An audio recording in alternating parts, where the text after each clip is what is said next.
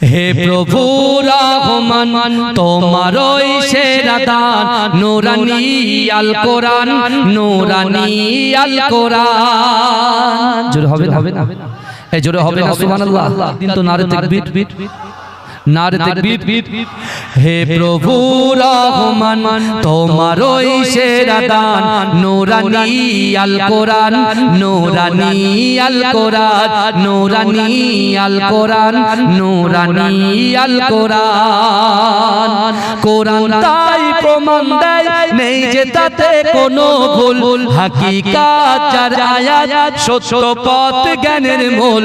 কোরআন তাই প্রমাণ দেয় নেই যে তাতে কোনো ভুল, হাকিকাত যার আয়াত সত্য পথ জ্ঞানের মূল। যার হরফে আছে মধু শান্তি যে অপরাণ নূরানী আল কোরআন নূরানী আল কোরআন নূরানী আল কোরআন নূরানী আল কোরআন। কোরআন জ্ঞানের আধার আল্লাহ মহাজ্ঞানী সত্য পথের দিশা দিলেন কোরআন খানি। কোরআন জ্ঞানের আধার আল্লাহ মহাজ্ঞানী সত্য পথের দিশা দিলেন কোরআন খানি।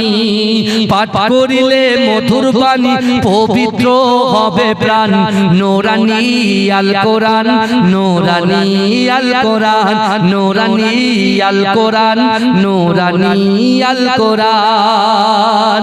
সকল রোগের শিফা কোরআন পাকে পাওয়া যায়, এক হরফে 10টি নেকি আমলনামায় জমা হয়। সকল রোগের শিফা কোরআন পাকে পাওয়া যায়, এক হরফে 10টি নেকি আমলনামায় জমা হয়।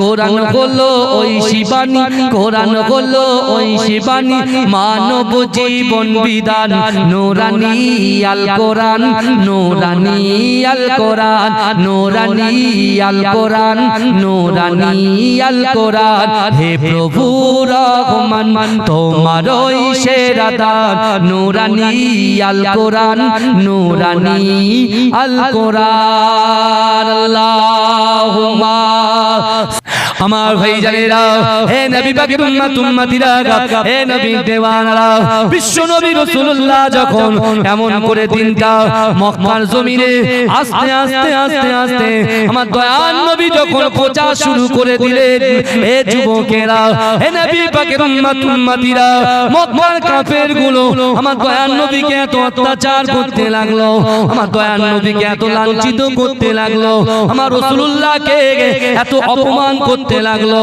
ও যুবকেরা, আমার দয়াল নবী সোনার নবী জনাবে মুহাম্মদুর রাসূলুল্লাহ সাল্লাল্লাহু আলাইহি ওয়াসাল্লাম আল্লাহর ঘর কাবা শরীফের সামনে দুই হাত উত্তোলন করে আল্লাহর কাছে কাঁদে আর বলে, ওগো রব্বুল আলামিন আল্লাহ, এই দুনিয়ার জমিনে ইসলাম প্রচার করার জন্য দুইজন ওমরের ভিতর থেকে একজনকে ইসলামের জন্য আপনি কবুল করে নেন।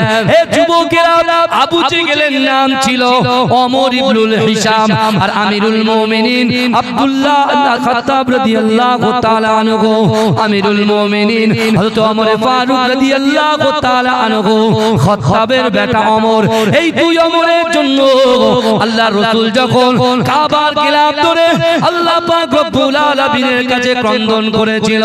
হে যুবকেরা, হে নবী পাকের উম্মতিরা, কিছুদিন যাবার পরে দেখতে পাওয়া যায় আমার আল্লাহ পাক রব্বুল আলামিন আমার রাসূলুল্লাহ দোয়ার ওসিলায় হযরত ওমর ফারুক রাদিয়াল্লাহু তাআলা আনহু কিছুদিন পরে আল্লাহর রাসূলের হাতে হাত দিয়ে কলেমা পড়ে মুসলমান হয়ে গিয়েছিলেন। জোরে বলুন।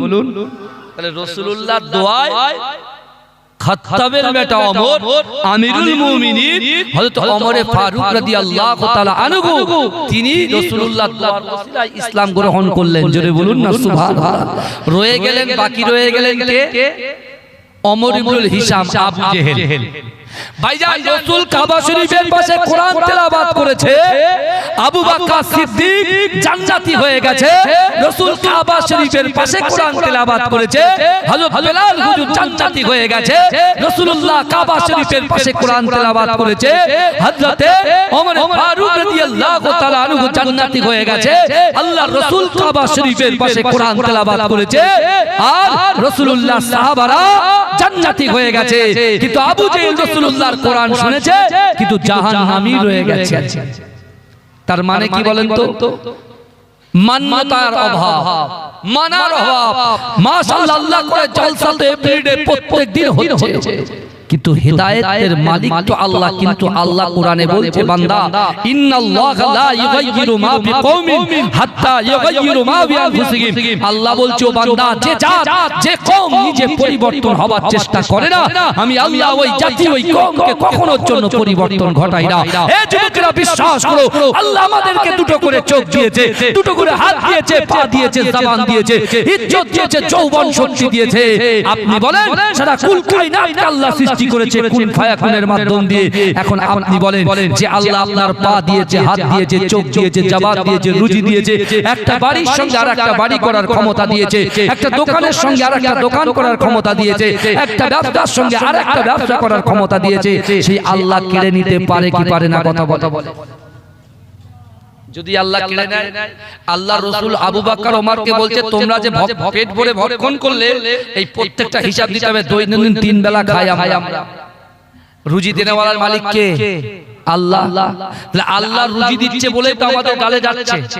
তাহলে যে আল্লাহ পাক দেখবেন, আল্লাহ বলছে অহুম লা ইফতানুন, আমি আল্লাহ তো পরীক্ষা করব এই বান্দাটা ঠিকঠাক ইবাদত বান্দিগি করছে কিনা। যদি ইবাদত বান্দিগি করে, আমি আল্লাহ বলছি ওর রুজিতে বরকত দিয়ে দেব। জোরে বলে ও ব্যবসা তালাশ করে ও যে ব্যবসায় হাত দেবে, আমি আল্লাহ ব্যবসায় উন্নতি বাড়িয়ে দেব। জোরে বলে যে ইবাদত বান্দি তার বাড়ি অশান্তি, ইবাদত করতে বলো, আমি আল্লাহ তার বাড়িতে শান্তিতে ভরপুর করে দেব। জোরে বলে হযরত আবু বকর সিদ্দিক কলেমা পড়লেন। এই শুনছেন তো? আল্লাহর মা আয়েশা সিদ্দিকা রাদিয়াল্লাহু তাআলা আনহা ঘর থেকে রাতের বেলা গোপনে গোপনে উঠে যাচ্ছেন। ভালো করে শুনবেন, গোপনে গোপনে উঠে যাচ্ছেন। মা আয়েশা সিদ্দিকা পিছন থেকে রাসূলুল্লাহর হাতটা ধরলেন, ধরে বলছেন ইয়া রাসূলুল্লাহ, ইয়া হাবিবাল্লাহ হুজুর, আজকে আমার বাড়িতে আপনি কোথায় যাচ্ছেন? রাতের বেলা গভীর রজনীতে আল্লাহর রাসূলের চোখে পানি। আল্লাহর রাসূল বলছে এ আয়েশা রে, আমি 2 ওমরের জন্য আল্লাহর কাছে দোয়া চেয়েছিলাম, একটা ওমরকে আল্লাহ কবুল করেছেন আর একটা ওমরকে দ্বীনের জন্য আল্লাহ ছেড়ে দিয়েছেন। একটা ওমরকে ছেড়ে দিয়েছেন। তা আমি সেই ওমর ইবনুল হিশাম আবু জেহেলের বাড়িতে যাচ্ছি দ্বীনের দাওয়াত দিতে। জোরে বলে কার বাড়িতে? রাসূল যাচ্ছেন আবু জেহেলের বাড়িতে। আমার ভাই জানেরা, হে নবী পাকের উম্মতিরা, হে নবী দেবানরা, মা আয়েশা সিদ্দিকা রাদিয়াল্লাহু তাআলা আনহা আল্লাহর রাসূলের হাতটা ধরে অচল নয়নে কাঁদতে কাঁদতে আমার দয়ার নবীকে বলেছিলেন ইয়া রাসূলুল্লাহ, ইয়া হাবিবাল্লাহ হুজুর, না না না, আবু জেহেল লোকটা কিন্তু ভালো নয়। ইয়া রাসূলুল্লাহ, হাবিবাল্লাহ, আপনি যে দ্বীনের দাওয়াত দিতে যাচ্ছেন আমার কোনো আপত্তি নাই, আমার কোনো আপত্তি নাই, কিন্তু না না না, আপনি একটু সাবধানে আবু জেহেলের বাড়িতে যাবেন, কারণ আমি শুনেছি দারুন নাদওয়াতে বসে আপনাকে মারার চক্রান্ত করে। না না না, আমি আয়েশা আমার জীবনের থেকে আপনাকে আমি বেশি মহব্বত করি। এজন্য বলে ওই জন্য আমার বড় ভয় হয় যে আপনাকে কাছে যদি আপনাকে কিছু করে বসে। আল্লাহ রাসূল বলছে আয়েশা, আল্লাহ আমার সাথে আছে। জোরে বলে আর আল্লাহ কোরআনে বলেছেন বিসমিল্লাহির রহমানির রহিম, মান কানা লিল্লাহি কানা আল্লাহু লাহু, যে ব্যক্তি আমার হয়ে যায়, যে ব্যক্তি আমি আল্লাহর হয়ে যায়, আমি আল্লাহ তার হয়ে যাই। জোরে বলে এটা জোরে হবে না বাবাজি, এটা চিৎকার দিয়ে হবে না।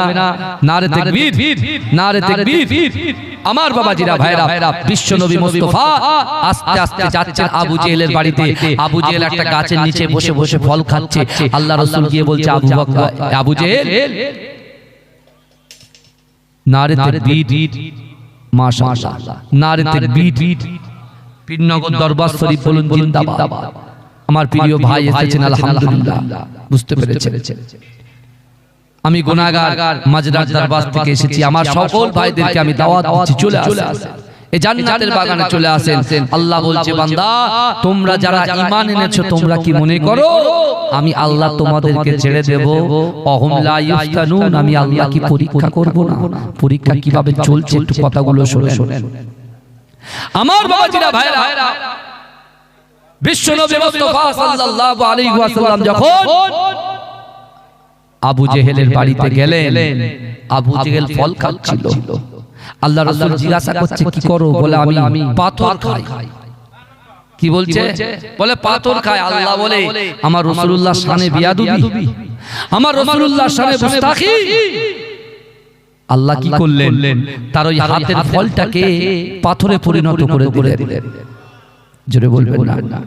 এখন আবু জেহেল মনে করছে আপেল খাচ্ছে, ওরে যেই গালে দিয়ে কামড় দিয়েছে দেখে আপেলটা ফলটা কি হয়ে গেছে? পাথর হয়ে গেছে, দাঁতে বাবুর লেগেছে।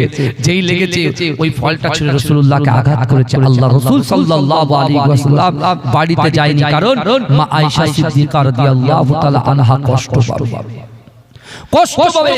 তাই তিনি কি করলেন? সোজা হারামের পাশে গিয়ে কাবা বাইতুল্লাহ শরীফের পাশে গিয়ে বসে বসে বসে বসে বসে বসে উম্মতের জন্য আল্লাহর কাছে কাঁদা করছে আর বলছে, আল্লাহ আমি চাই না যে আমার উম্মত জাহান্নামে যায়।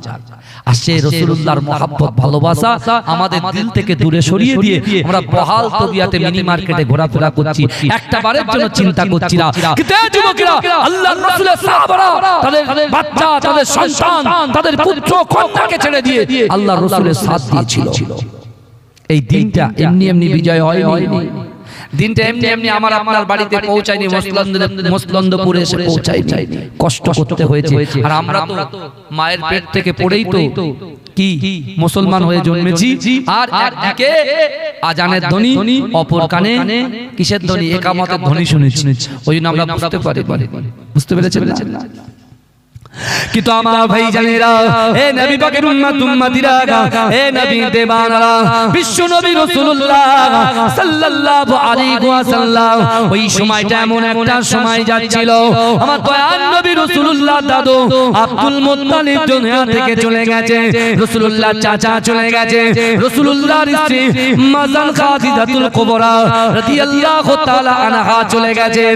হে যুবকেরা, আমার দয়ার নবী তায়েফে ইসলাম প্রচার করতে যে আমার রাসূলুল্লাহ লাঞ্ছিত হয়েছেন, অপমানিত হয়েছেন, আমার আল্লাহ পাক সেগুলোকে সহ্য করতে পারলেন না।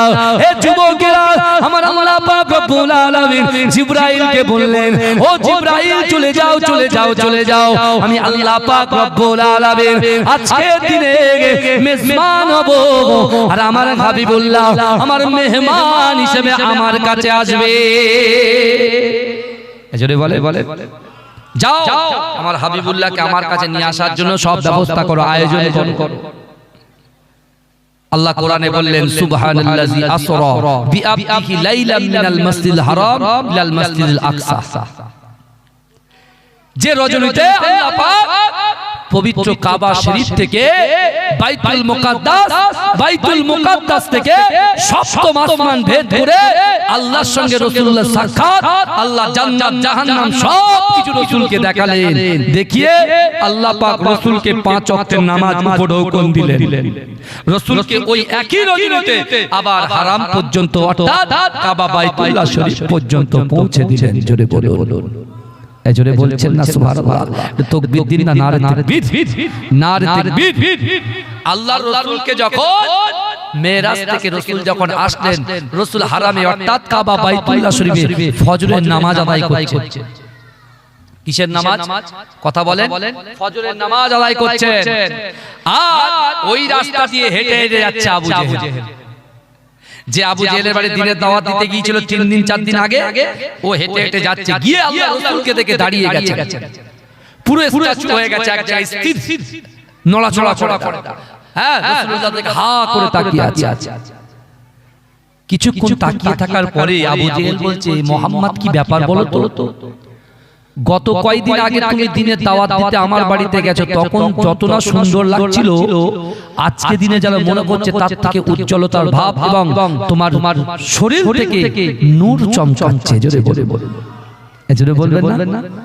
কে বলছে? আবু জেহেল বলছে রাসূলুল্লাহকে যে আজকে থেকে মনে হচ্ছে তোমার বাদান থেকে, তোমার শরীর থেকে, তোমার ফেস থেকে, মুখ থেকে নূর চমকাচ্ছে। জোরে বলুন না, যে নূরের তাজাল্লিতে আমি তোমার দিকে হাত করে তাকিয়ে আছি। আল্লাহ রাসূল সাথে সাথে, রাসূল তো তার 63টা বছর জিন্দেগিতে একটা সেকেন্ডের জন্য উম্মতে মুহাম্মাদীকে ভুলেনি। জোরে বলে, কিন্তু আমরা ভুলে গেছি।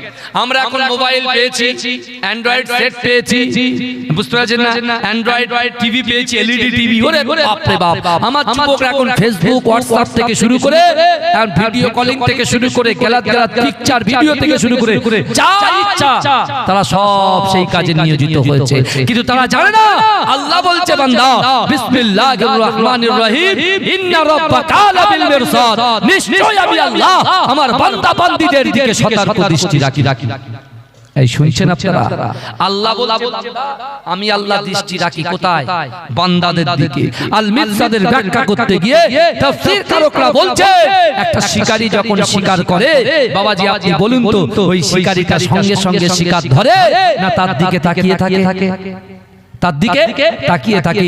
আল মিরসাদের ব্যাখ্যা করতে গিয়ে তাফসীর কারকরা বলছে একটা শিকারী যেমন শিকারের দিকে তাকিয়ে থাকে তার থেকে কোটি কোটি কোটি কোটি গুণ বেশি আল্লাহ তার বান্দা বান্দীদের দিকে তাকিয়ে থাকে। জোরে বলো। আপনি চার দেওয়ালের ভিতরে জিনা করছেন তাই না? আপনি গোপনে গোপনে যে কোনো শরিয়ত বিরোধী কাজ, হারাম কাজ আপনি লিপ্ত হচ্ছেন তাই না? আপনি কি ভাবছেন এই হিসাবগুলো আপনাকে দিতে হবে না? আল্লাহ বলছো বান্দা ওয়ালিমান খাফা মাকাম রাব্বিহি জান্নাতান, আল্লাহ বলছেন ওয়ালিমান খাফা মাকাম রাব্বিহি জান্নাতান। কাল কিয়ামতের মাঠে আমি আল্লাহর সামনে দাঁড়ানোকে যে ভয় করবে আমি আল্লাহ তাকে দুটো জান্নাত দেব। জোরে বলে। আমরা এখানে বসে বসে জান্নাতের আশায় কথা বলেন না বাবাজি, জান্নাতের আশায় বসে আছে। বিশ্বনবী রাসূল সাল্লাল্লাহু আলাইহি ওয়াসাল্লাম জান্নাত, তার উম্মত জাহান্নামে যাক। সাথে সাথে আবু জেহেলকে দিনের দাওয়াত দেওয়া শুরু করলেন। বলছে শুনেন, আমি এক রজনীতে আল্লাহর ঘর কাবা শরীফ থেকে বাইতুল মুকাদ্দাসে গেছি। ওই বাইতুল মুকাদ্দাসে 2 রাকাত নামাজের ইমাম হয়ে নামাজ আদায় করে আমি সপ্তম আসমান ভেদ করে আল্লাহর সঙ্গে সাক্ষাৎ করেছি, জান্নাত জাহান্নাম দেখেছি এবং আল্লাহ আমাকে 5 ওয়াক্ত নামাজ উপঢৌকন দিয়ে আবার এই হারাম শরীফে আল্লাহ আমাকে পাঠিয়ে দিয়েছে। জোরে বলো। এই কথা যখন রাসূলুল্লাহ বলেছেন, এই কথা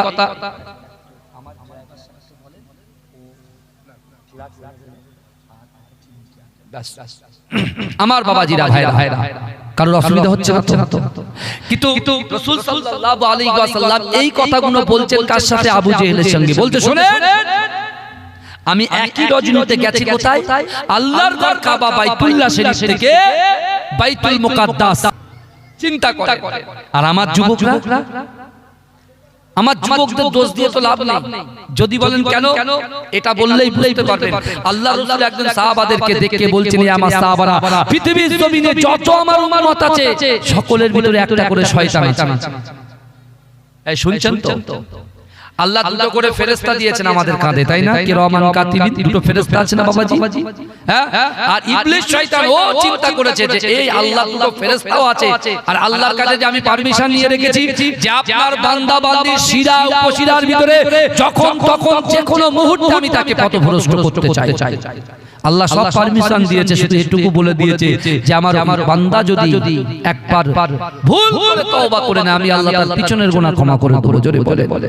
কিন্তু আমার ভাইরা, এই ইবলিস শয়তান একটা করে শয়তান নিয়োগ করে রেখেছে। এই যারা বাইরের দিকে ঘুরছে, আজকে ইবলিস শয়তান এখানে মিটিং করেছে তার সঙ্গ পঙ্গদেরকে নিয়ে, সেটা আমরা দেখতে পাইনি। কি মিটিং করেছে? যে আজকে মসলন্দপুরে এই গ্রামে জলসা হবে। কি পাড়া? ঘোষপুর। মসলন্দপুর ঘোষপুর গ্রামে জলসা হবে। যার ভাগ থেকে একটা কেটে এই জান্নাতে বসবে তার কিন্তু খাওয়া দাওয়া সব বন্ধ। আর যে ধরে রাখতে পারবে সে আমার কাছে প্রচুর পুরস্কার পাবে। এখন আমাদের কাছে যেগুলো ছিল তারা আমাদের কাছে পেরে উঠেনি। শুনছেন? তারা তাদেরকে আমরা ছেড়ে দিয়ে রাসূলুল্লাহর মহব্বত জান্নাতের বাগান পর্যন্ত টেনে নিয়ে এসেছেন। আপনি হাদিসটা বললে আপনি বুঝতে পারবেন। আল্লাহ রাসূল বলছে পৃথিবীতে যত আমার উম্মত আছে সকলের ভিতরে একটা করে শয়তান আছে। আল্লাহ রাসূলের সাহাবা দাঁড়িয়ে বলছে ইয়া রাসূলুল্লাহ বিয়াদুই ক্ষমা করবেন, তাহলে আপনার ভিতরেও তো শয়তান আছে। আল্লাহ রাসূল মুচকে হেসে বলেছিল হ্যাঁ আমার উম্মতের ভিতরে শয়তান আছে, আমার ভিতরে শয়তান আছে, কিন্তু আমার ভিতরে যে শয়তানটা আছে সে অনেক আগে কলেমা পড়ে মুসলমান হয়ে গেছে। সে কখনো আমাকে কোনো বাজে কাজের আদেশ করে না, সৎ কাজের আদেশ দেয়। আমার নামাজের সময় হলে বলে দেয়।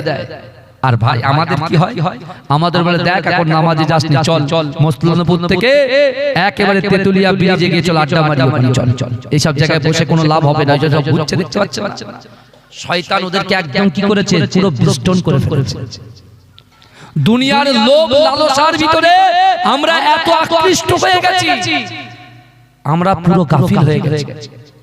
আমার বাপেরা ভাইরা, ওই জন্য তো আল্লাহর কোরআন বলছে বান্দা ইন্নাল্লাহা লা ইগাইয়িরু মা বিকওমিন হাত্তা ইগাইয়িরু মা বিআনফুসিহিম। আল্লাহ বলছে বান্দা যে কওম নিজে পরিবর্তন হবার চেষ্টা করে না, আমি আল্লাহ ওই জাতি ওই কওমকে কখনোর জন্য পরিবর্তন ঘটাই না।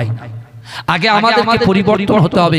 আমার একটা যুবকের ভাবা উচিত যে আল্লাহ আমার যৌবন দিয়েছে বলে আজকে সবার কাছে আমার সম্মান ইজ্জত আছে।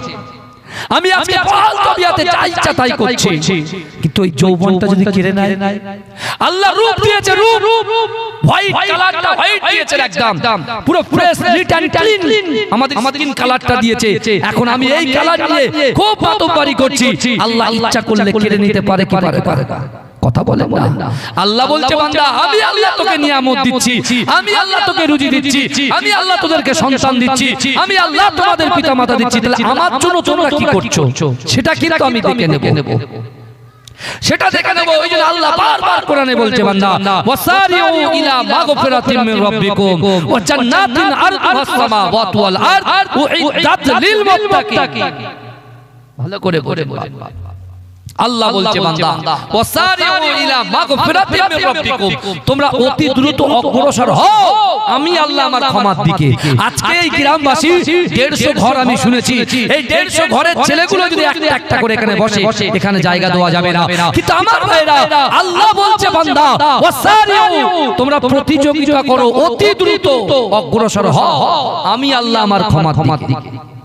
কিন্তু আমরা কি করছি, ওই শয়তানের জালে পড়ে গেছি, শয়তানের জালে পড়ে গেছি। আর আমার রাসূলুল্লাহ কি করছে, যে আবু জেহেল রাসূলকে লাঞ্ছিত করেছে, যে রাসূলুল্লাহকে মারার চক্রান্ত করেছে, যে রাসূলুল্লাহকে কুরুচিকর মন্তব্য করেছে, রাসূলুল্লাহকে উৎপীড়ন নিপীড়ন করেছে, রাসূল তাকে আবার হিদায়াতের জন্য তাকে ইসলামের দাওয়াত দিচ্ছে। এই তো আমার রাসূলুল্লাহর আদর্শ, জোরে বলুন না সুবহানাল্লাহ।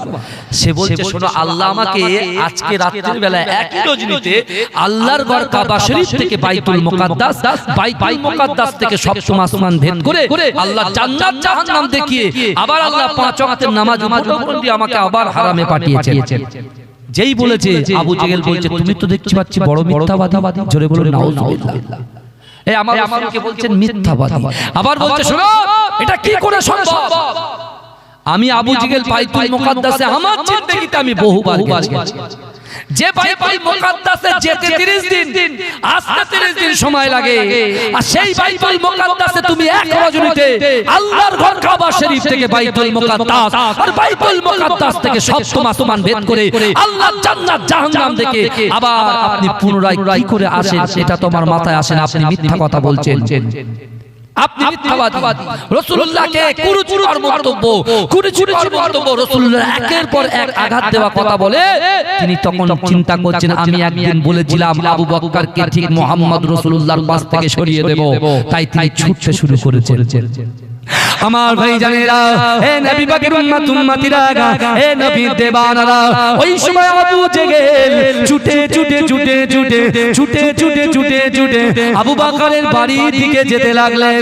হে যুবকেরা, হে নবী পাকের উম্মতিরা, আবু বকর এমন করে ঘরের ভিতরে বসে আছেন। হে যুবকেরা, আবু জেহেল ঘরের বাইরে থেকে আবু বকরের নাম ধরে জোরে চিৎকার দিতে লাগলেন, হে আবু বকর তুমি ঘর থেকে বার হয়ে এসো, আবু বকর ঘর থেকে বার হয়ে এসো। হে যুবকেরা, হে নবী পাকের উম্মত উম্মতিরা, আবু বকর ঘরের ভিতর থেকে মনে মনে চিন্তা করে, না না না, সকাল সকাল কাফেরের আওয়াজ শোনা যায়, সকাল সকাল কাফেরের আওয়াজ শোনা যায়, কি ব্যাপার সকাল সকাল এই কাফেরটা আমার ঘরে কি করতে এসেছে? হে যুবকেরা, আবু জেহেল যখন আবু বকরকে ডাকলেন, আবু বকর ঘর থেকে বার হলেন।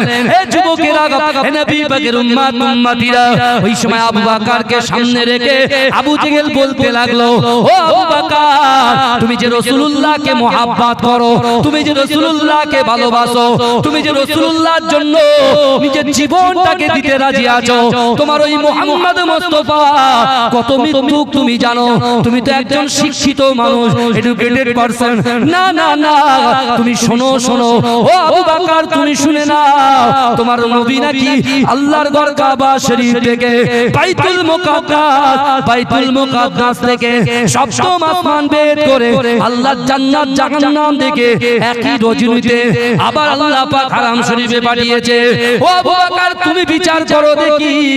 না না না, আমি আবু বকর বাইতুল মুকাদ্দাসে একবার নয় দুবার নয় বহুবার গিয়েছি, যে বাইতুল মুকাদ্দাসে যেতে 30 দিন, আসতে 30 দিন সময় লাগে, আর তোমার নবী বলছে একই রজনীতে গিয়েছেন আর এসেছেন, এটা কি কোনোদিন সম্ভব? হে যুবকেরা, হে নবী পাকের উম্মত উম্মতিরা, আল্লাহ ঈমানদারদেরকে পরীক্ষা করে, নবীদেরকে পরীক্ষা করেছেন, সাহাবাদেরকে পরীক্ষা করেছেন। হে যুবকেরা, আল্লাহ কোরআনে বলছে, বান্দা আহাসিবান নাসু ওয়াইতরাকু আইয়াকুলু আমান্না ওয়া হুম লা ইফতানুন, আমি আল্লাহ ও বান্দা তোমাকে পরীক্ষা করব, তোমাকে পরীক্ষা করব। আবু বকর আবু জেহেলের এই কথা শুনে সাথে সাথে সাথে সাথে বলে উঠলে, হে কাফের আবু জেহেল, তুই আমার বাড়ি থেকে দূর হয়ে যা। না না না, আমার দয়ার নবী সোনার নবী হাবিবুল্লাহ রাসূল পাক যদি তোমার সঙ্গে এই কথাগুলো বলে থাকে, আমি সাক্ষ্য দিলাম আমার রাসূলুল্লাহ যে কথা বলেছে বারহাক সত্য কথা বলেছে। এজরে বলে। আচ্ছা, আবু বকর সিদ্দিক হুজুর পাস করলেন না ফেল করলেন? এই কথা বলেন, পাস করলেন না ফেল করলেন? এখন একজন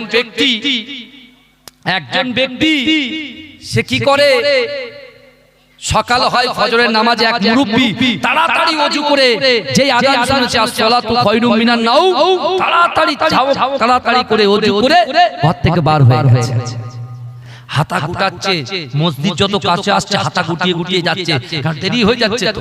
আর ইবলিস শয়তান মাথায় একটা পাগড়ি পরে একটা জুব্বা পরে, হ্যাঁ, ইবলিস শয়তান সেই মুরব্বিকে ধরেছে, বলেন দাঁড়ান দাঁড়ান দাঁড়ান, কোথায় যাচ্ছেন? বলে এই চালাকির জায়গা পাও না তুমি, কোথায় যাচ্ছে এই ফজরের সময় নামাজ আদায় করতে, আর তুমি আমাকে দাঁড় করিয়ে দিচ্ছ? বলছে দাঁড়ান না, একটা প্রশ্ন, ছোট্ট একটা প্রশ্ন করব। শুনছেন তো আপনারা? বলছে একটা ছোট্ট প্রশ্ন করবে, এটা জবাব দিয়ে চলে যাবে। বলে কি তাড়াতাড়ি করো, তাড়াতাড়ি করো।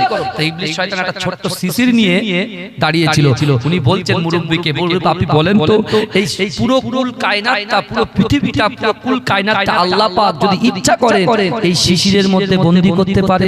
বলে এটা সম্ভব নাকি? না, এটা কোনোদিন সম্ভব না, এসব কিসব তুমি বলছো, যাও যাও। তখন ইবলিস শয়তান তার হাত ধরে যেরকম খাতির করে সব পগল দাবা করে নিয়ে যায়, ওরকম পগল দাবা করে নিয়ে গিয়ে মসজিদে তুলে তুলে যান যত করেন নামাজ পড়েন, মাথা ঠোকেন আর কপাল কালো করেন, যান। তারপরে আরেকজন মুরব্বি যাচ্ছে, ওরা শয়তান ইবলিস শয়তান দাঁড়িয়ে আছে শিশির নিয়ে, তাকে প্রশ্ন করছে, ঠিক একই প্রশ্ন করেছে।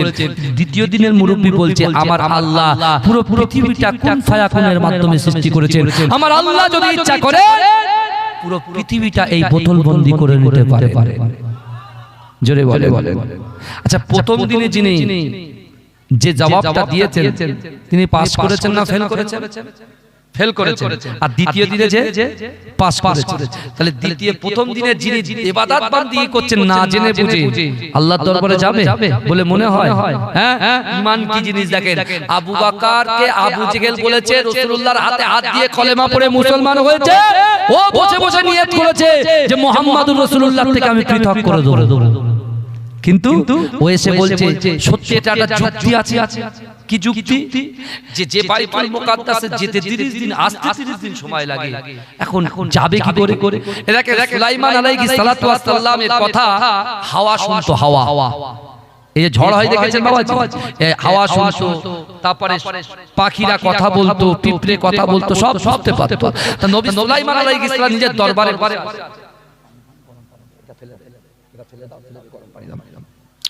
সুলাইমান আলাইহিস সালাতু ওয়াস সালাম নিজে দরবারে রাখুন বসে আছেন, সব আসছেন।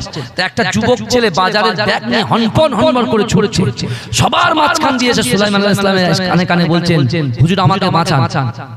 বলে কেন, কি হয়েছে? বলছে না বাঁচান। বলে তুমি কোথা থেকে আসছো? বলে আমি বাইরে থেকে আসছি। আরে এত তাড়াহুড়ো করছো কেন? বলছে হুজুর আপনি দয়া করে আমাকে বাঁচান। বলে কেন? বলে আমি আজরাইলকে দেখতে পেয়েছি, ও আমার জান কবজ করবে। আজরাইলকে আমি দেখতে পেয়েছি, জান কবজ করবে, তাই আপনি হাওয়ার সঙ্গে কথা বলেন, এমন একটা জায়গা হাওয়াকে হুকুম করুন সে যেন হাজার হাজার কিলোমিটার দূরে আমাকে ফেলে দেয়। তাহলে সেখানে আর আজরাইল যেতে পারবে না, আমি আজরাইল থেকে পরিত্রাণ পেয়ে যাব। তা বলতে ঠিক আছে চলো। হাওয়ার হুকুম করলেন, হাওয়াকে টেনে নিয়ে চলে গেল। নিয়ে এমন একটা জায়গায় ফেলেছে, সে বাচ্চা ঘুমাচ্ছিল, চোখটা খুলে দেখছে মাতার কাছে আজরাইল হাজির। এই শুনছেন বাবাজি, মাতার কাছে আজরাইল আলাইহিস সালাম হাজির। তা আজরাইলকে দেখে বলছে তুমি এখানে? বলে তোমার জন্য, তোমার থেকে বাঁচার জন্য আমি সুলাইমান আলাইহিস সালামের আশ্রয় গ্রহণ করেছি, আবার তুমি এখানে? বলছে পাগল, তুই বাজারে যে ব্যাগ নিয়ে গিয়েছিলিস ওখানে আমি তো জান কবজ করতে যাইনি, আমি শুধু ওখানে গিয়ে গাড়িটা দেখছি যে এখান থেকে 2000 কিলোমিটার দূরে তো জানটা কবজ করব আগামী কাল, তুই পৌঁছবি কি করে? বোঝা যাচ্ছে আমার কথা? হ্যাঁ বোঝা যাচ্ছে। আমার আল্লাহ বলছে বান্দা ফাআইনামা তুআল্লু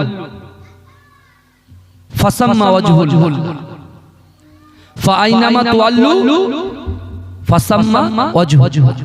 আল্লাহ বলছে বান্দা তুমি যখন ডান দিকে তাকাও, ডান দিকে আমি আল্লাহ আছি, তুমি যখন বাদিকে তাকাও, বাদিকে আমি আল্লাহ আছি, তুমি যখন সামনে তাকাও, সামনেও আমি আল্লাহ আছি, তুমি যখন পিছনে তাকাও, পিছনেও আমি আল্লাহ আছি। ও বান্দা তুমি শোনো, কোরআনটা খুলে দেখো, আমি আল্লাহ বলছি নাহনু আকরাবু ইলাইহি মিন হাবলিল ওয়ারিদ, তোর ঘাড়ের শিরা উপশিরা থেকে অতি নিকটবর্তী আমি আল্লাহ তোর সাথেই আছি। জোরে বলে আমার আল্লাহ কি না পারে।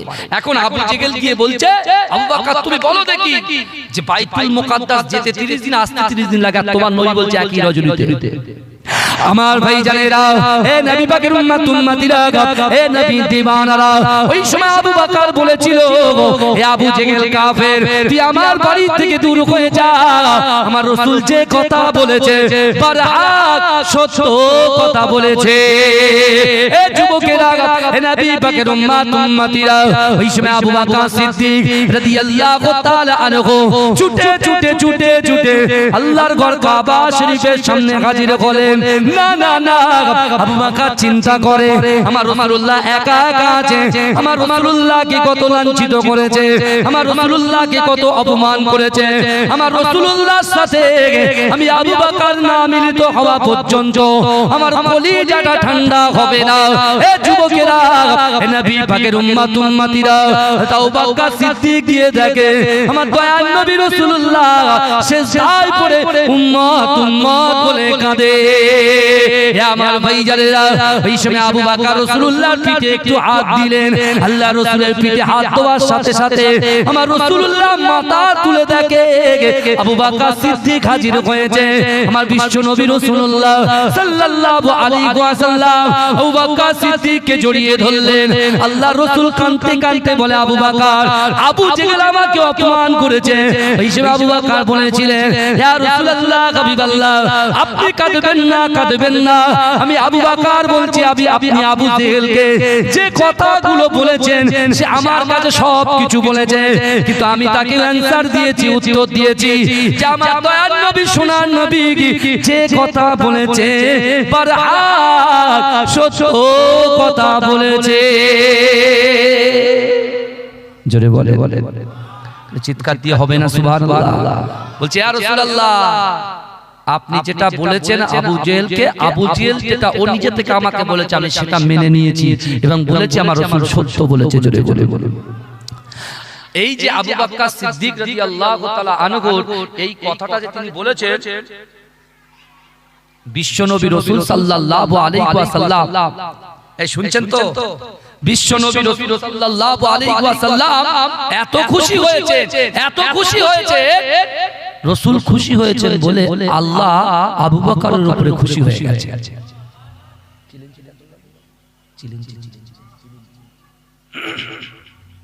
জিজ্ঞেস করে যাও আমার বাবাজিরা ভালো ভালো করে, যখন রাসূলুল্লাহ কে আবু বকর খুশি করেছে, আর আল্লাহ কি করেছে, জিবরাইলকে বলছে, জিবরাইল তুমি যাও আমার রাসূলুল্লাহর চোখের পানি মুছতে বলো, আবু বকরের চোখের পানি মুছতে বলো।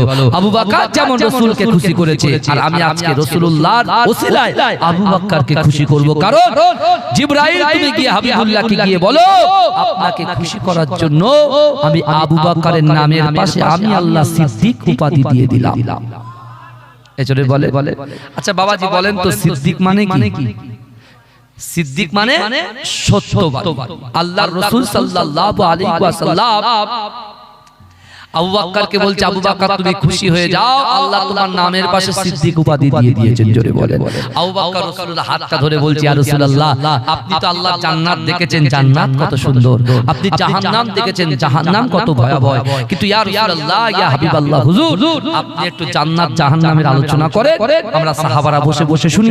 রাসূলুল্লাহ হারামের পাশে বসলেন, সকলকে ডাক দিয়ে একে একে উপস্থিত হচ্ছেন। ও বাবা ওইদিকে আবু জেহেলকে কাফের বলেছে আবু বকর, ও প্রতিশোধ নেওয়ার জন্য রাসূলুল্লাহ বলেছেন বাইতুল মুকাদ্দাসে গেছি, ওরা দারুন নাদওয়াতে বসে মিটিং সেটিং করে এসে বলছে, আবু সুফিয়ানকে সামনে দিয়ে বলছে, আবু সুফিয়ান তুমি গিয়ে প্রশ্ন করো যে মুহাম্মদ মুস্তাফা বলছে বাইতুল মুকাদ্দাসে গেছে, তো ওই বাইতুল মুকাদ্দাসে কটা দরজা আছে আর কটা জানালা আছে তা মুহাম্মদ মুস্তাফাকে বলতে হবে, তাহলে আমরা বিশ্বাস করব, নালে বিশ্বাস করব না।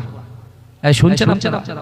এখন রাসূল সাল্লাল্লাহু আলাইহি ওয়াসাল্লাম, আমার একজন কমিটি ভাই একটু আসবেন দয়া করে, একটু আসুন, একটা চ্যালেঞ্জ দিতে হবে এখানে, একটু দরুদ শরীফ পড়ুন, আল্লাহুম্মা সাল্লি আলা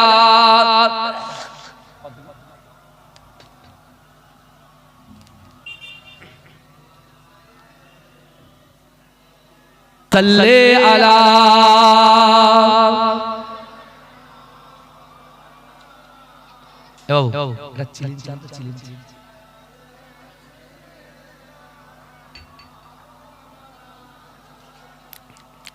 আমার বাবাজিরা ভাইরা, এবারে দেখে বিশ্বনবী সাহাবারা সব রাসূলুল্লাহর পাশে পাশে সব জড়ো হয়েছে।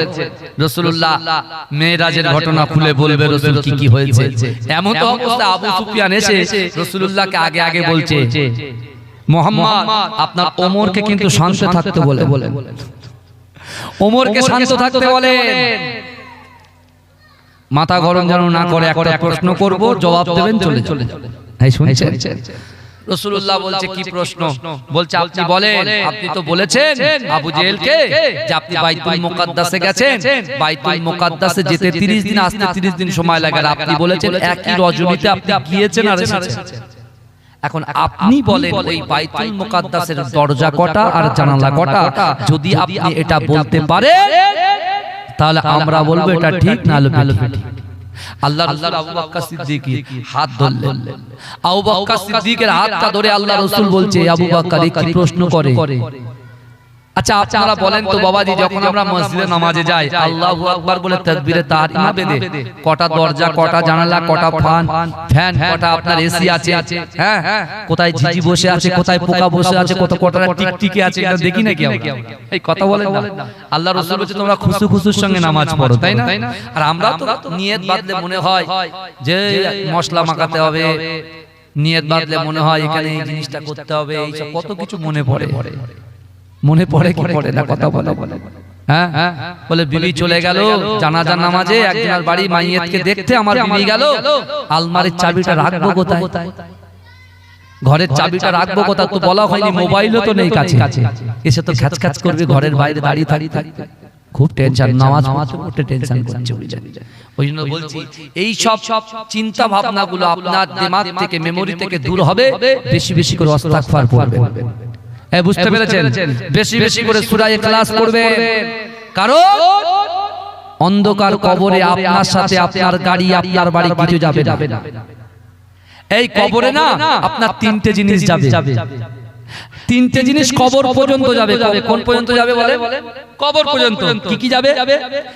আপনার সন্তানরা খাটিয়া নিয়ে আপনার সাথে যাবে, আপনার পরিবারের সন্তানগুলো যাবে কবর পর্যন্ত, আর আপনি যে অর্থ কামিয়েছেন ওই অর্থগুলো পিছন পিছন যাবে, বুঝতে পেরেছেন? আর পিছন পিছন যাবে আমল।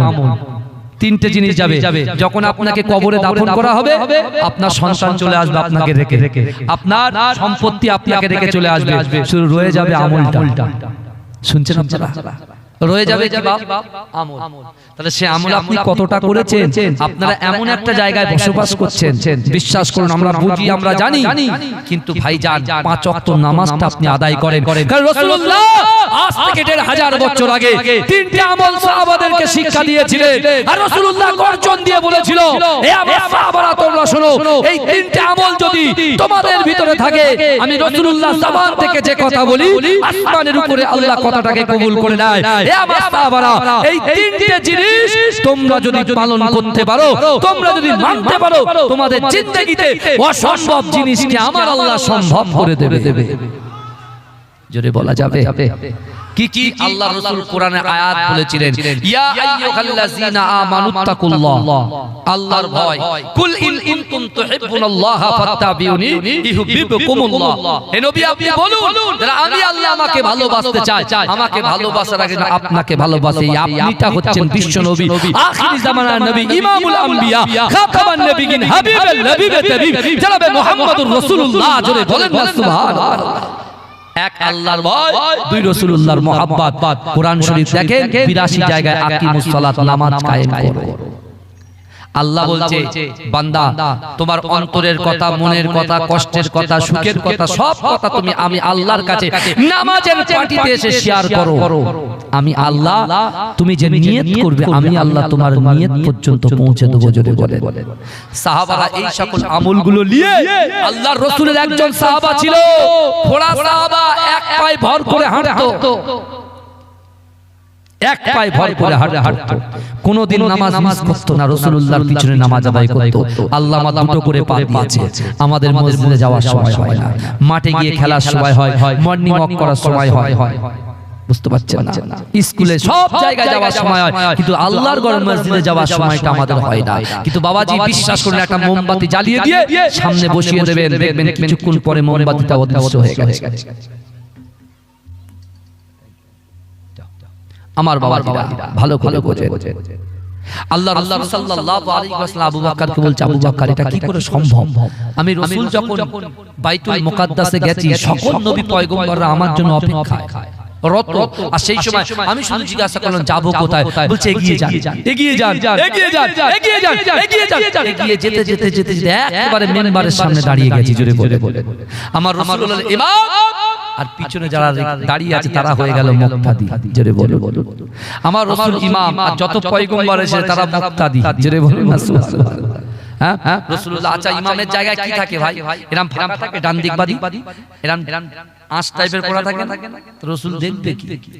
আমার ভাই জানেরা, হে নবী পাকের উম্মত উম্মতিরা, হে নবী দেওয়ানারা, আমার আপনার নবী তো নবী জনাবে মুহাম্মদুর রাসূলুল্লাহ সাল্লাল্লাহু আলাইহি ওয়াসাল্লাম, বিশ্ব নবী রাসূলুল্লাহ সাল্লাল্লাহু আলাইহি ওয়াসাল্লামের চোখের পানি আমার আল্লাহ পাক সহ্য করতে পারে না। হে যুবকেরা, হে নবী পাকের উম্মত উম্মতিরা, আমার আল্লাহ নবীর পাকের চোখের পানি সহ্য করতে পারে না। ও যুবকেরা, আল্লাহ রাসূল যখন আবু বকরের হাত ধরে কাঁদে, হে যুবকেরা, ওই সময় আল্লাহ পাক জিবরাইলকে বললেন, ও জিবরাইল তুমি থাকবে না, চলে যাও, চলে যাও, আমার হাবিবুল্লাহর কাছে চলে যাও। আমি আল্লাহ সব কিছু সহ্য করতে পারি, আমার হাবিবুল্লাহ চোখের পানি আমি আল্লাহ সহ্য করতে পারি না। ও জিবরাইল চলে যাও। কাফেররা প্রশ্ন করেছে, বাইতুল মুকাদ্দাসের দরজা কতটা? জানালা কতটা, না না না, আমার হাবিব তো বলবে না, আমার হাবিব তো বলতে পারবে না, কারণ আমার হাবিব তো খুশু খুশুর সঙ্গে নামাজ পড়িয়েছে। কিন্তু না না না, ও জিবরাইল, আমি আল্লাহ তোমাকে হুকুম করলাম বাইতুল মুকাদ্দাসে গিয়ে ওই বাইতুল মুকাদ্দাস মসজিদটা টোটালটা তোমার হাতের উপরে তুলে নিয়ে আমার রাসূলুল্লাহর সামনে তুমি হাজির হয়ে যাবে। না না না, আর আমার হাবিবুল্লাহর সামনে ওই বাইতুল মুকাদ্দাসটাকে ভালো করে ঘুরিয়ে দেবে। আর আমার হাবিবুল্লাহ ওই বাইতুল মুকাদ্দাসের কটা দরজা আছে, জানালা আছে, গুনে গুনে গুনে গুনে ওই কাফেরদের জবাবখানা দিয়ে দেবে। জোরে বলেন, জোরে বলবেন না। আমার বাপেরা, আপনি একটা জিনিস দেখেন না, আমরা এখানে যারা বসে আছি আমাদের পাশে আল্লাহর অগণিত ফেরেশতারা আছে না নাই? কথা বলে, কারণ আল্লাহ রাসূল বলছেন ইন্না লিল্লাহি মালাইকাতান সাইয়াহিনা ফিল আরদি ওয়া ইউবাল্লিগুনি মিন উম্মতি সালাম। আমার রাসূল বললেন নিশ্চয় ইন্না লিল্লাহি মালাইকাতান, নিশ্চয় আল্লাহ পাক রব্বুল আলামিনের ফেরেশতারা সাইয়াহিনা ফিল আরদ, এই জমিনে বিচরণ করে, ওয়ায়ুবাল্লিগুনি মিন উম্মতি সালাম, আর আমার গুনাহগার উম্মতিরা এই জান্নাতের বাগান থেকে যখন রাসূলুল্লাহর উপরে সালাম এবং দরুদ পাঠ করে ওই ফেরেশতাগুলো সালাম এবং দরুদটাকে ক্যাচ করে, ধরে নেয়, ধরে নিয়ে আমি রাসূলুল্লাহর রওজা মোবারক পর্যন্ত পৌঁছে দেয়। জোরে বলে। এখন আপনি বলেন তো দেখি, এই জায়গায় আমরা বসে আছি, আমাদের পাশে ফেরেশতা আছে, আমরা দেখতে পাচ্ছি? কেউ যদি বলেন হুজুর আপনি বলছেন ফেরেশতা আছে, কোথায় আছে দেখা, ক্ষমতা আছে কাছে দেখানো, কথা বলেন না। তা আল্লাহ আমার রাসূলকে যেটা দেখান সেটা অন্যজন দেখতে পান না। বুঝতে পারছেন আমার ভাইজানেরা? হে নবী পাকের উম্মতিরা, হে নবী দেবানরা, বিশ্ব নবী রাসূলুল্লাহ, আমার রাসূলুল্লাহ কাবা শরীফের পাশে আবু বকরের হাত ধরে অজানয় জজ্জর করে কাঁদে। এমত অবস্থায় জিবরাইল টোটাল বাইতুল মুকাদ্দাসটা তুলে এনে আমার রাসূলুল্লাহর সামনে গিয়ে হাতে করে দেখিয়ে দিলেন। হে যুবকেরা, আর ওই সময় জিবরাইল বললেন ইয়া রাসূলুল্লাহ, হাবিবাল্লাহ, আপনি এই বাইতুল মুকাদ্দাসের ভিতরে কটা দরজা আছে, কটা জানালা আছে, কাউন্টিং করে কাফেরদের জবাবখানা দিয়ে দেন। হে যুবকেরা, আল্লাহর রাসূল ভালো করে গুনে নিয়ে এই কাফেরদের জবাব দিয়ে দিয়েছিলেন। এজন্য বলেন কাফেররা সব ছোটাছুটি শুরু করে দিয়েছে, মুখ মুড়ে পুড়ে গেছে, বুঝলেন? এবার সেই রাসূলকে মারার জন্য যখন প্ল্যান একের পর এক প্ল্যান করতে লেগেছে, আল্লাহ তখনই আমার রাসূলকে মেসেজ দিয়ে বলতেন যা, এবার আপনি মদিনায় চলে যান, এবার আপনি মদিনায় চলে যান। রাসূল মদিনায় চলে গেছে, রাসূলুল্লাহর হাতে হাত দিয়ে বাচ্চা সাহাবা হযরত সালাবা 16 বছর বয়স রাসূলুল্লাহর হাতে হাত দিয়ে কলেমা পড়ে মুসলমান হলেন। জোরে বলে, চিৎকার দিয়ে বলতে হবে, আর একটু চিৎকার দিয়ে বলতে হবে মাশাআল্লাহ।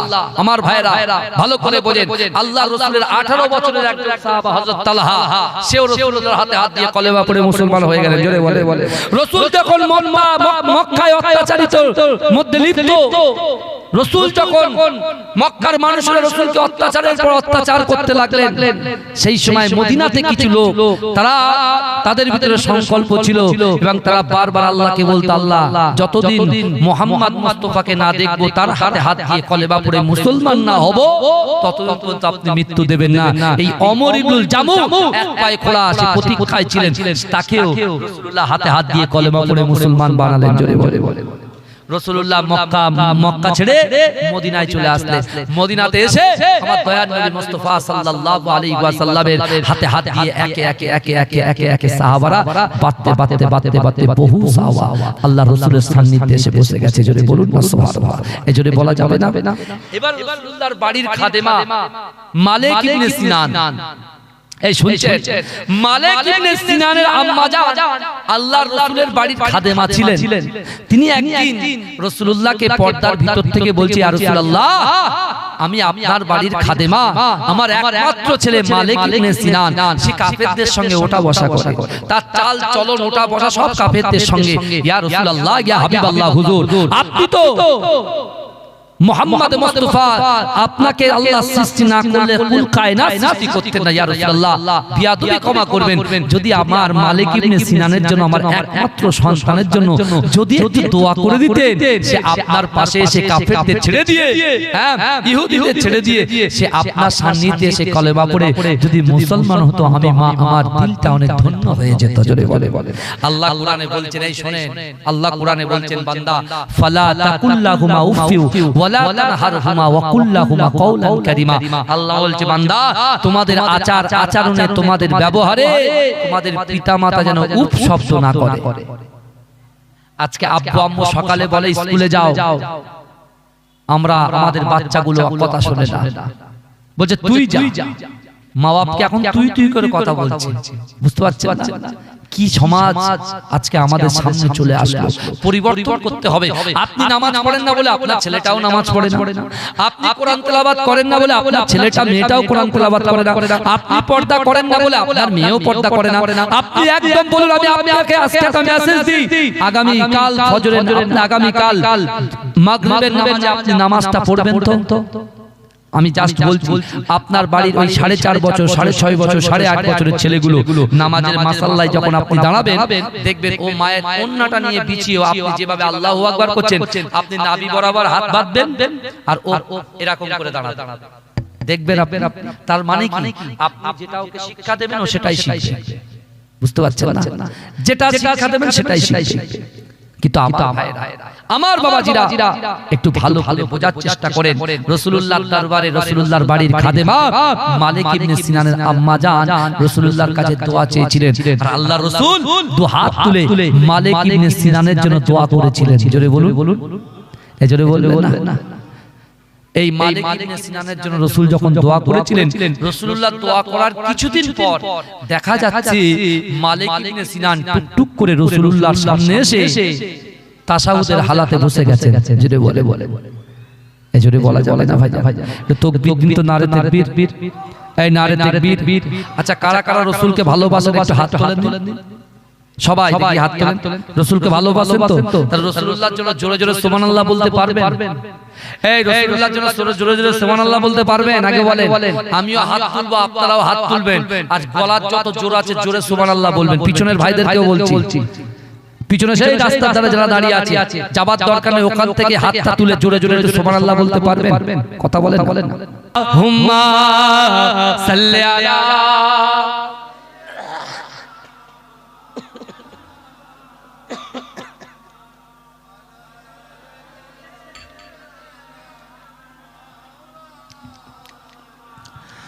আমার বাবাজিরা, ভাইরা,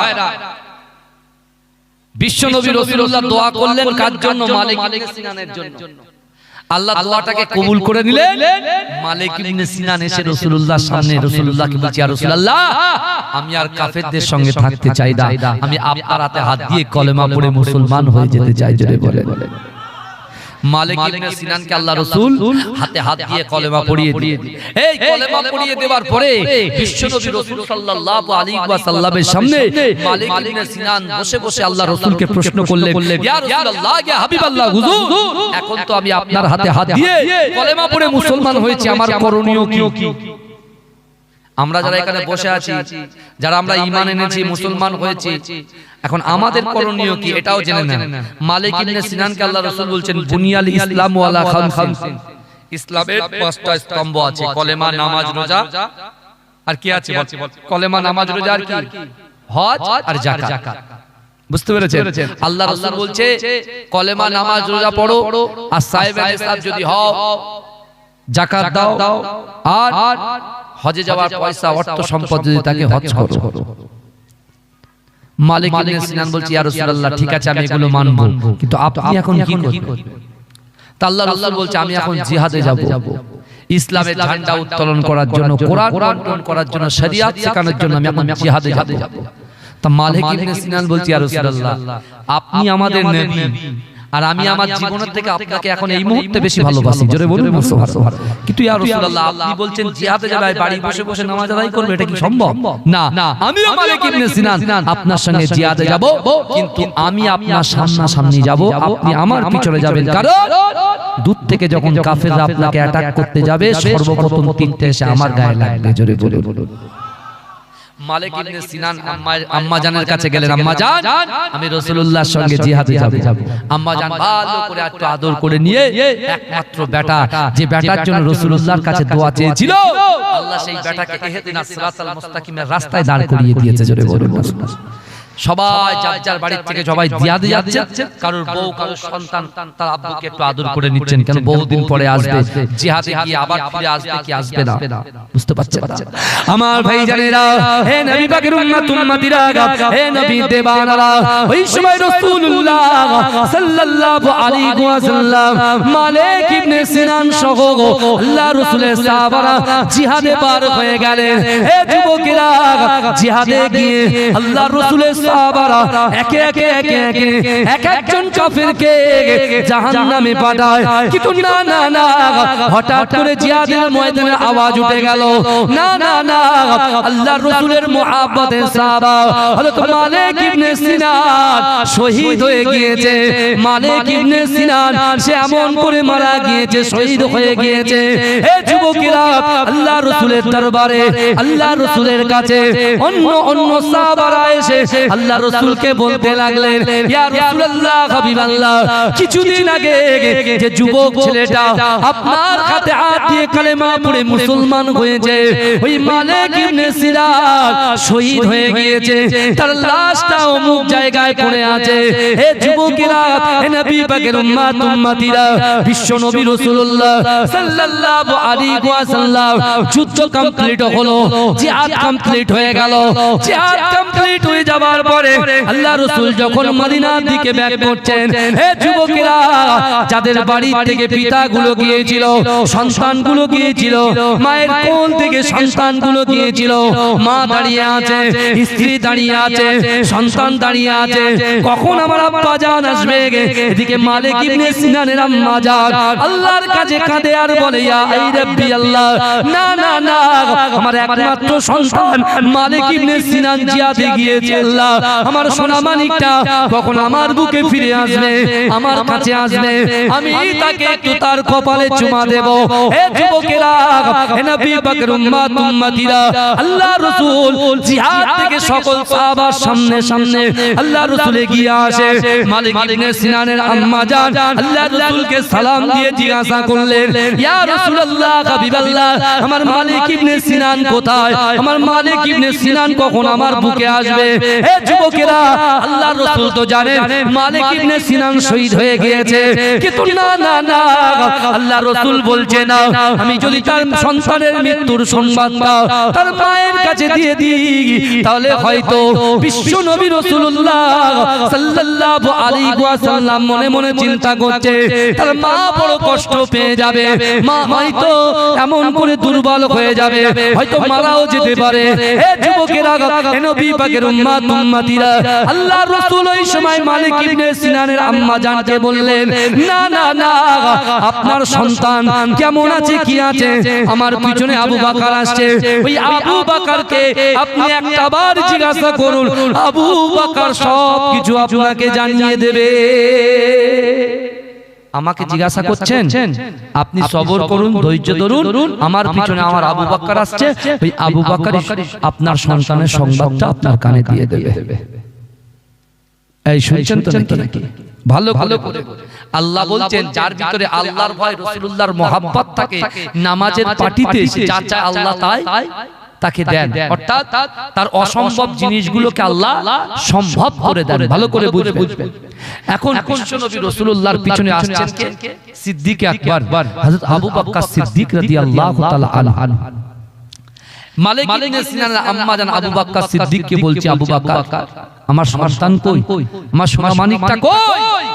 যাকে বহুদিন দেখিনি, সে আমাকে বলেছে, আম্মু আমি রাসূলুল্লাহর সঙ্গে জিহাদে যাচ্ছি, আমি তাকে হাসতে হাসতে পারমিশন দিয়েছি, কিন্তু আমার ছেলেটা আমার বুকে কখন আসবে?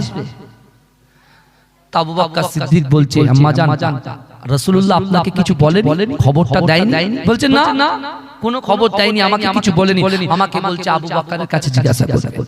আবু বকর সিদ্দিক মনে মনে ভাবছে রাসূল মৃত্যুর সংবাদ দিল না, মানে আমি যদি দিই তাহলে এটা বাড়াবাড়ি হবে, আমি দিতে পারবো না, কারণ রাসূল দিনই নিশ্চয়ই কোনো কারণ লুকিয়ে আছে, পুশিদা আছে। অর্থাৎ তিনি বললেন মা ইন্নাল্লাহা মা'আস সাবিরিন, আপনি ধৈর্য ধরেন, সবর করেন, অবশ্যই আল্লাহ আপনার যে কোনো একটা ব্যবস্থা করে দেবে, আপনার সন্তান আপনার কাছে আসবে।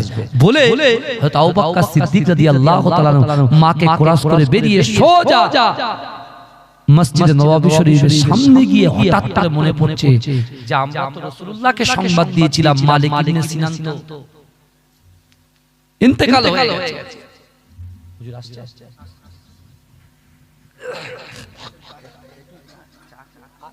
ঠিক আছে, কোনো অসুবিধা না, আমার কোনো ব্যাপার না, বুঝতে পারছেন ভাই? যখন ইচ্ছা হবে আসবে আমার বাবার কাজীরা।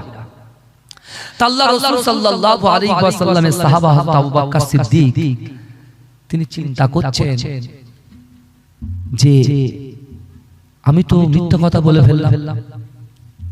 সিদ্দিক মানে কি ভাই বলেন? সত্যবাদী, তাই তো? উনি যে কথাটা বলেছেন মালিক ইবনে সিনানের আম্মা জানকে, গিয়ে অনুশোচনা শুরু হয়ে গেছে। আমার ভাই জানেরা, হে নবী পাকের উম্মতিরা, অজর নয়নে কাঁদতে আরম্ভ করে দিলে। হে যুবকেরা, হে নবী পাকের উম্মতিরা, আবু বকর চিন্তা করে না না না, কাল কিয়ামতের মাঠেতে, কাল হাসরের মাঠেতে আমার আল্লাহর সামনে আমি কেমন মুখ নিয়ে দাঁড়াবো? না না না, আমার আল্লাহ পাক রব্বুল আলামিন বললেন ওয়ালিমান খাফা মাকামা রাব্বিহি জান্নাতান, যার ভিতরে কাল কিয়ামতের মাঠে আমি আল্লাহর সামনে দাঁড়ানোকে যে ভয় করবে, আমি আল্লাহ পাক তাকে দুটো জান্নাত দেব। আর আবু বকর তো মিথ্যে কথা বলেছি, আমি আবু বকর তো না জেনে বলে দিয়েছি, কিন্তু না না না, আল্লাহর কাছে আমি কেমন করে জবাব দেব? আল্লাহ যদি বলে আবু বকর তুমি এমন করে মিথ্যা কথা কেন বললে? না না না, আমি আল্লাহর সামনে কোনো জবাব দিতে পারবো না। কিন্তু এই যুবকেরা আবু বকর যখন কাঁদতে শুরু করেছে, আমার আল্লাহ পাক জিবরাইলকে বলেছে জিবরাইল তৈরি হও, যাও যাও যাও মসজিদে নববী শরীফে আল্লাহর রাসূল সাহাবাদেরকে নিয়ে কোরআনের শিক্ষা দেয়, হাদিসের শিক্ষা দেয়। ওই রাসূলুল্লাহর কাছে গিয়ে বলে আবু বকর কাঁদে, না না না, আবু বকরকে কান্না থামাতে বলেন, কারণ আল্লাহ পাক রব্বুল আলামিন ওই মালিক ইবনে সিনানকে তার মায়ের কাছে পাঠিয়ে দিয়েছে। এজন্য বলেন তার মায়ের কাছে জিন্দা করে আল্লাহ তার মায়ের কাছে মালিক ইবনে সিনানকে পাঠিয়ে দিয়েছে। আবু বকরকে কাঁদতে বারণ করে। রাসূলুল্লাহ উঠেছেন আবু বকরের কাছে আসবেন, এদিক থেকে হইচই শুরু হয়ে গেছে। ভাই এখন যদি মরা মানুষ জিন্দা হয়ে উঠে আসে, এখান থেকে সবাই কি বলবে? দাঁড়াবে কেউ? হ্যাঁ, নিজের বাপ যে ছিল বলছি ভালো আছিস, তখন হা হয়ে যাবে যে কি বলছে, কথা বলেন। হ্যাঁ, এমনি তো মরে কেউ যদি ইন্তেকাল করে, ও আমার যুবকরা একা বাথরুমে যায় না, ও মা দাঁড়াতে হবে না, আব্বু দাঁড়াতে হবে, এত ভয় করে। এ জানে না যে আল্লাহ পাক উম্মতে মুহাম্মাদিকে এবং আপনার আদম সন্তানকে যে কি ইজ্জত সম্মান আল্লাহ দিয়েছে। আল্লাহ কোরআনে বলছেন ওয়ালাকাদ কাররামনা বানি আদম, আল্লাহ বলছে আমি আদম সন্তানকে ইজ্জত দিয়েছি, সম্মান দিয়েছি। জোরে বলেন না। আমরা সম্মান অর্জন করার জন্য নিজের লোকের পিছন ঘুরি, বুঝতে পারছেন না? একটু সম্মান দেবে তাই, একটু সম্মান। কিন্তু আল্লাহ বলছে বোকা তুই কার পিছনে ঘুরছিস? তুই যখন কবরে যাবি কেউ তোকে দাম দেবে না, তোর সঙ্গে দুটো জিনিস যাবে, একটা যাবে ঈমান আর দ্বিতীয় যাবে আমল। হ্যাঁ, আর তুই যার পিছন সম্মান অর্জনের জন্য ঘুরছিস, আমি তো আল্লাহ তোর আগে রুহের জগৎ থেকে, আমি লাহে মাহফুজে যখন কোরআনটাকে সংরক্ষণ করেছি তখন থেকে তো আমি বলছি ওয়ালাকাদ কাররামনা বানি আদম, আমি আল্লাহ পাক বানি আদম সন্তানকে ইজ্জত দিয়েছি, সম্মান দিয়েছি। জোরে বলুন সুবহানাল্লাহ। তা আমরা মনে করি আমরা রাজমিস্ত্রির কাজ করি, মাঠে কাজ করি, হ্যাঁ আমরা গ্রামে ঘুরে ফেরি করি, আমরা কি ছোট লোক মনে হয়? না, আল্লাহর কাছে সে সব থেকে বড়। জোরে বলে আরো আল্লাহ বড় বানিয়ে দেবে যদি আপনি নামাজটা সঠিকভাবে আদায় করেন আর আপনার অন্তর থেকে কলব থেকে অহংকার, অহমিকা, আমিত্ব, বড়াইত্ব এগুলো যদি আপনি ডিলিট করতে পারেন। যারা মোবাইলে আপনি কি করেন, অনেক পিকচার আছে, ফটো আছে, যে ফটোগুলো আপনি রাখতে পারেন না। আর তাকবীর দা, নারে তাকবীর, নারে তাকবীর। মাসলাকে মুজাদ্দিদ জামান, মুজাদ্দিদ জামানের হক সিলসিলা, পীরনগর দরবার শরীফ, নারে তাকবীর। মাজরাই টিটাঙ্গা দরবার শরীফ, নারে তাকবীর। মাশাআল্লাহ, আমাদের প্রিয় ভাইজান আলহামদুলিল্লাহ তিনি এসে গেছেন। বিশেষ করে এখন বর্তমান আমাদের ল্যাবের কর্ণধার হইলেন আমার ভাইজান মাশাআল্লাহ, বড় ভাইজান এসেছেন, আলোচনা করবেন। আমি আজকে একটু ডাউনেই আছি, কারণ হচ্ছে গলা ফলাগুলো একটু বসে গেছে, যার জন্য আমি বেশি কিছু আর কি করতে পারলাম না। জানি না তাকবীর দেন তো, নারে তাকবীর। আর একটু জোরে আওয়াজটা বাড়ান, নারে তাকবীর। মাশাআল্লাহ, আপনারা যারা বাইরে আছেন আপনাদেরকে বলছি, আপনারা সে আমার প্রিয় ভাই আলোচনা করবেন, আপনারা ধীরে ধীরে ভাবে শ্রবণ করুন। আর বিশেষ করে আমার জন্য খাস করে দোয়া করুন। ওমা আলাইনা ইল্লাল বালাগ। আসসালামু আলাইকুম। দরুদ শরীফ। আল্লাহু